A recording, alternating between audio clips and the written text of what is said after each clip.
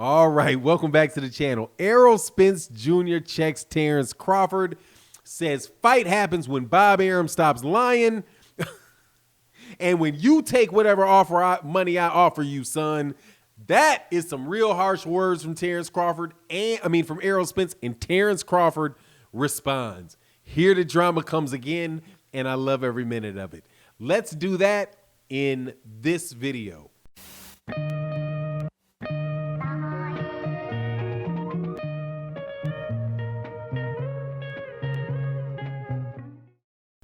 All right, welcome back to the channel. So, what is the biggest fight in boxing? I think that the biggest fight in boxing includes Errol Spence Jr. And I think that it could be either of two different fights. Could be three, but really two. Either Errol Spence Jr., Canelo Alvarez, or Errol Spence Jr., Terence Crawford. Really fantastic matchups that very well could happen. Canelo Alvarez being an absolutely gigantic financial one. Terence Crawford being one that I do believe is the best fight that could take place. The one that I would be looking most forward to as an aficionado of the sport, if I may take, the liberty to call myself that. Some people will call me Fanny or some nonsense like that, but you get my point. I like boxing, and I think that Terence Crawford, Errol Spence Jr. is a great fight. So, Errol Spence Jr., though, goes to the Canelo Alvarez fight against, what's his name? I forgot his name already. Because, like I said, No Name Smith. The guy had no name because he had no chance. I was not even going to get invested in the guy. Anyway, Errol Spence shows up to this fight, and I see him all gold down. Diamonds for days. And I'm thinking, look, he showed up. This is in Dallas. This is what's up. It's on a DAZN card. He knows that there's not going to be a lot of people at this fight. And there he is on camera. Chris Mannix, who is works for Sports Illustrated and is the guy that interviews people on DAZN when these fights, and who I think is like the little snotty brother. It's like the American snotty cousin of Eddie Hearn. At least that's how he rubs. He just rubs me the wrong way. He rubs me the wrong way. And he rubbed me the wrong way in his interview because Errol Spence is clearly there for Canelo Alvarez, but it's not unreasonable that Chris Mannix asked about the Terence Crawford fight. But what Errol Spence Jr. said about the Terence Crawford fight, that is going to cause a bit of an uproar because Errol Spence Jr. was like, look, dude, if I'll tell you, that fight can get made between me and Terence Crawford. One, when Bob Arum stops lying, and number two, when Terence Crawford realizes that I'm the big dog and he's going to either take 60-40, 70-30, or whatever it is that we offer. That's what Errol Spence Jr. said. Now, as far as the Bob stop lying, Errol, that is completely unrealistic. Come on, man. You cannot expect Bob Arum to stop lying. That is like telling water to stop being wet, fire to stop being hot, fires not to be hot, poots not to stink. Those type of things are just out there in the universe. They are what they are.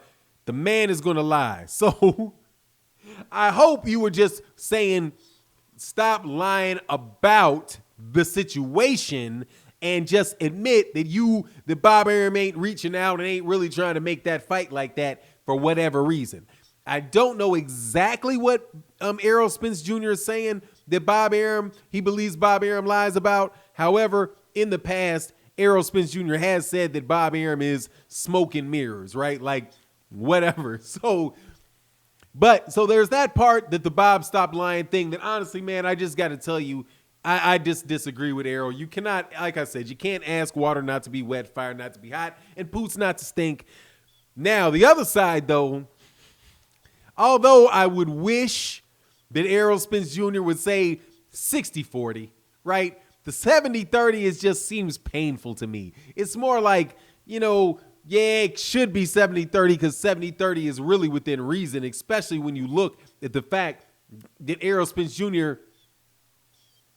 has the Canelo Alvarez fight. Now, why do I say he has the Canelo Alvarez fight? I don't know that he has the Canelo Alvarez fight because I heard how Reddy Reynoso was like, no, we can't come down to 160. Even though you just saw in that fight right there, the Canelo Alvarez is not no 168 pounder, man.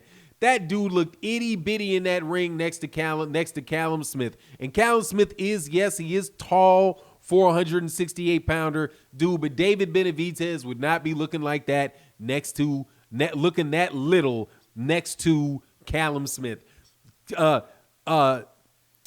Sal Canelo Alvarez is a 160 pounder. He probably is now too big, obviously, for 154 pounds. I do believe that it's safe to say he grew out of that. But there's 14 pounds between 154 and 168, okay? That's a long way, all right? 154 to 160, I have a sneaking suspicion that he can make 160 pounds, right? Eat the right meat and he'll get there for sure. But Canelo and Errol is a realistic fight there, and that is something that has to make Terence Crawford sit back and say, yeah, the guy really does kind of have me over a barrel here if this is what I want. But the problem with Terence, and Terence actually responded to this already, and I'll put the response here. I was thinking, man, should I do a different video about the response? Nah, I won't do a video about the response because Terence Crawford did already respond and was like, see, I told you it wasn't me. I'm basically like, I'm on to the next or whatever. No, Terence, it is you. Because dude, you are talking 60-40 my way. Like, come on, man. Bud, get yourself in a situation to make this fight with Errol Spence Jr., man. Whatever needs to happen needs to happen. But I can't fault Errol Spence Jr. for saying, I want this Canelo Alvarez fight. Because I was looking for the money. No, not just the money, but just, the accolades, all of that type of stuff. That is a real legitimate challenge. But again, I would greatly prefer if he did it after the after the Terence Crawford fight. Now, for people that say, talk about could say, yeah, well, Fanon, it's supposed to be undefeated. Yeah, man, the best laid plans of, what is it? Is it the best laid plans of men, whatever, everything, whatever. You got to plan until you get hit. So the fact of the matter is that undisputed was very possible until Manny Pacquiao got his hands on that 147-pound belt. I don't believe that Manny Pacquiao is going to fight either one of these guys, and I don't believe Manny Pacquiao is going to drop that belt for about 2 years. Kind of similar to the way that Canelo Alvarez has not dropped the WBA belt. So even though I really do want the Terence Crawford, I still want the Terence Crawford Errol Spence Jr. fight just because I want to see who will win, right? But I doubt very much that it's in either one of their controls to make that for undisputed because of the way that all that belt stuff is going down. But Errol, I hope he's more reasonable. And again, I do have a big problem with him expecting Bobby Arum to be honest. Now, I know what a lot of people are going to jump on Errol Spence Jr. and say, it's Errol's ducking. It still falls within the line of the guy being there to talk about another fighter and being asked about Terence Crawford. He was at one press conference with Sean Porter, and they asked about it, there. And I was like, this is the same thing. But I have to admit to the people who could be the Errol Spence naysayers that the tone of indignance in Errol Spence Jr.'s voice is distinctly sharper than it was before. I do believe that Errol Spence Jr. is like, look, man, I had a big old car accident, and, tomorrow ain't promised. I'm trying to get this money. I'm trying to get this money right now. And if Canelo's the way. Terence, man, please do something to make that fight be able to happen. Because I think Errol Spence Jr. has done everything Errol Spence Jr. needs to do to get either one of those fights. But anyway, that's my take on the subject matter. You let me know what you think. And with that, I'm out. Peace.